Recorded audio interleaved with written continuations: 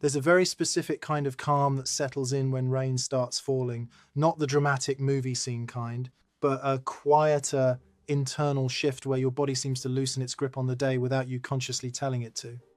If you've ever felt your breathing slow the moment you hear rain hit the window, or noticed your thoughts becoming less jagged and more fluid during a storm, you're not imagining it, and you're not just being sentimental.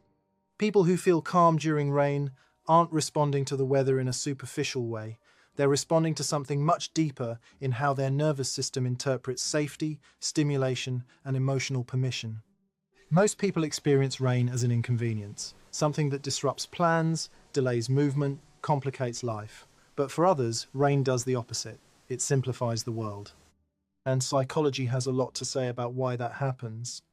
To understand this, you have to start with how the brain processes environmental noise. Rain creates what researchers call non-threatening, continuous auditory input. Unlike sudden sounds, voices, traffic, or alerts, rainfall is predictable. It has no sharp edges. Your brain doesn't have to stay on high alert to track it. Instead, it blends into the background and actually masks more chaotic noises. This is why rain is so effective at quieting mental chatter.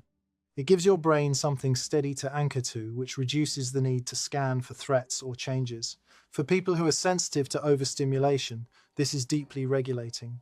Their nervous system finally gets a break from managing constant input, and that relief registers as calm. There's also a strong association between rain and enforced stillness. When it's raining, the outside world slows down.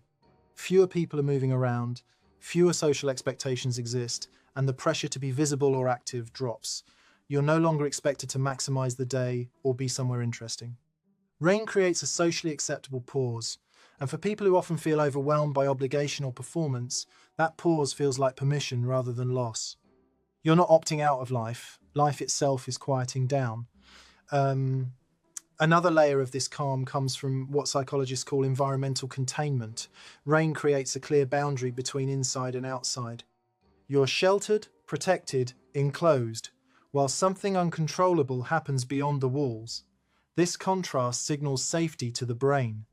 Similar to how humans historically found comfort in caves or shelters during storms, modern rain calmers are responding to an ancient pattern. Your body recognizes that you're not exposed, you're held. And that sense of being held, even abstractly, allows the nervous system to shift out of vigilance mode. This is why rain often makes people crave blankets, warm drinks, dim lighting, and slower activities. The environment is nudging you toward regulation. People who feel calm during rain also tend to have a strong internal orientation. They're less dependent on external stimulation to feel alive or validated. When rain removes external options, like outdoor plans or social events, they don't experience deprivation. Instead, they experience alignment. The outer world finally matches their inner pace. This is especially common in people who process emotions deeply but quietly. Rain mirrors their internal landscape. It's reflective, subdued, emotional without being dramatic.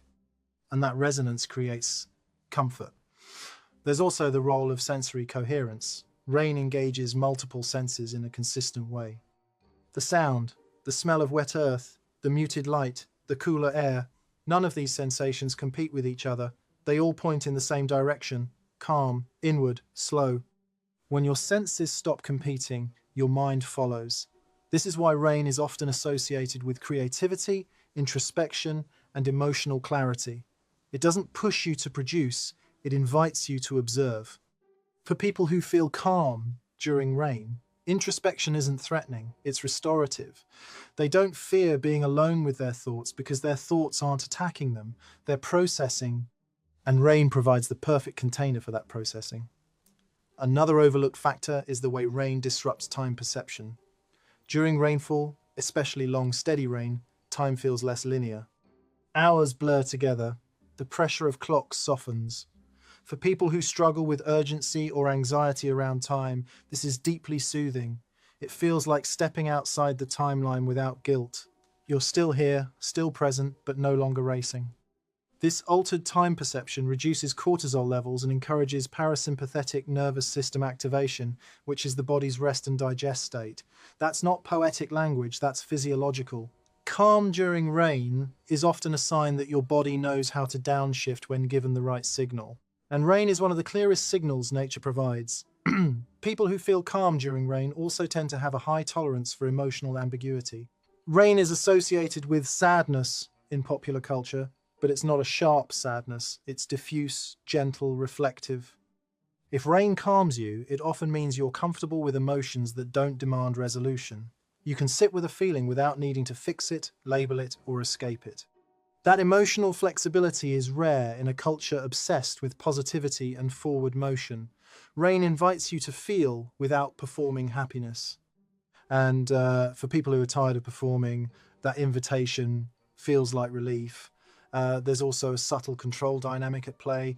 Rain is something you cannot influence. You can't speed it up or stop it. For people who are used to managing everything, controlling outcomes, anticipating problems, rain becomes a rare opportunity to let go. The decision-making load disappears. You don't have to choose productivity or leisure, socializing or solitude. The environment has already chosen for you, and paradoxically, that loss of control creates calm. When the burden of choice lifts, the mind rests.